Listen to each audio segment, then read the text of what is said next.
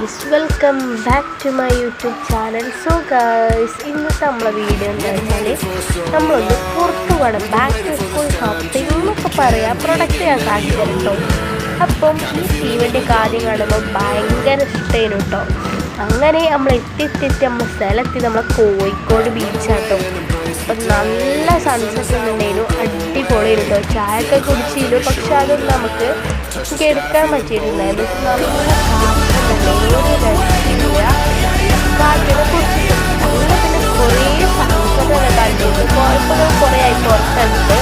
അപ്പം ഈ ഒരു video with back to school shopping ആണ്. എങ്ങനെ ആവുമെന്നൊന്നും അറിയില്ല. എന്നാണ് നമ്മൾ ഈ ഒരു ഷോപ്പിൻ്റെ ഒക്കെ അടുത്തെത്തിട്ടോ. അങ്ങനെ പിന്നെ ബീച്ചിലേക്ക് എത്തി നമ്മൾ ഒന്ന് നടന്നു കേട്ടോ. ഞാൻ കടിക്കാൻ അവിടെ നിന്ന് ഭയങ്കര ഇഷ്ടമാണ് സാധനമാണ്. അപ്പോൾ ഞാൻ വീണ്ടും ഒന്നുകൂടെ വാങ്ങിച്ചിട്ട് കാറിൽ ചായൊന്നും ഉപയോഗിക്കാതാണ് കഴിച്ചത്. പക്ഷേ ഈ അടുത്തെടുത്തിട്ടുള്ള നമ്മൾ അതുകൊണ്ടാണ്. പിന്നെ ഞാനിവിടെ കുറേ പോസ്റ്റിലേക്ക് സൺസെറ്റൊക്കെ കൊടുക്കുന്നു. പിന്നെ വീഡിയോ ഇഷ്ടപ്പെട്ടാൽ ലൈക്ക് ചെയ്യണം, ഷെയർ ചെയ്യണം, സബ്സ്ക്രൈബ് ചെയ്യണം, കമൻറ്റ് ചെയ്യണം കേട്ടോ. ഇപ്പം നമ്മൾ എത്തി പോകുന്നത് ഇത് ബസ് റോഡിലേക്കാണ്. ഈ കാറെടുത്ത് പോയാൽ ഒന്നാമത്തെ പ്രശ്നം നമുക്ക് പാർക്ക് ചെയ്യാൻ കഴിയില്ല. എന്താ വെച്ചാൽ ആദ്യത്തെ ഒരു വണ്ടി പോകുന്നത് വരെ കാത്തിക്കണ്ടിരും. അത്രയ്ക്കും പാർക്കിങ്ങിന് കുറച്ച് നമുക്ക് തോന്നിയാണ് ഈ ബീച്ച് ഏരിയ എവിടെ പോവുകയാണെങ്കിൽ പാർക്കിങ് കുറച്ച് ബുദ്ധിമുട്ടായിട്ടാണ് തോന്നൽ.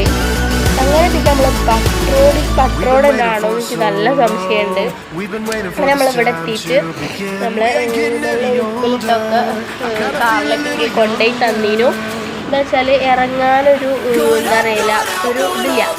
അങ്ങനെ നമ്മളിതാ ഈ ഒരു ഷോപ്പിൽ നിന്ന് വാങ്ങിച്ച് കഴിച്ചു. പിന്നെ നമ്മൾ ജാംജൂമിലേക്കാണ് കേട്ടോ പോയിട്ടുണ്ടായിരുന്നത്.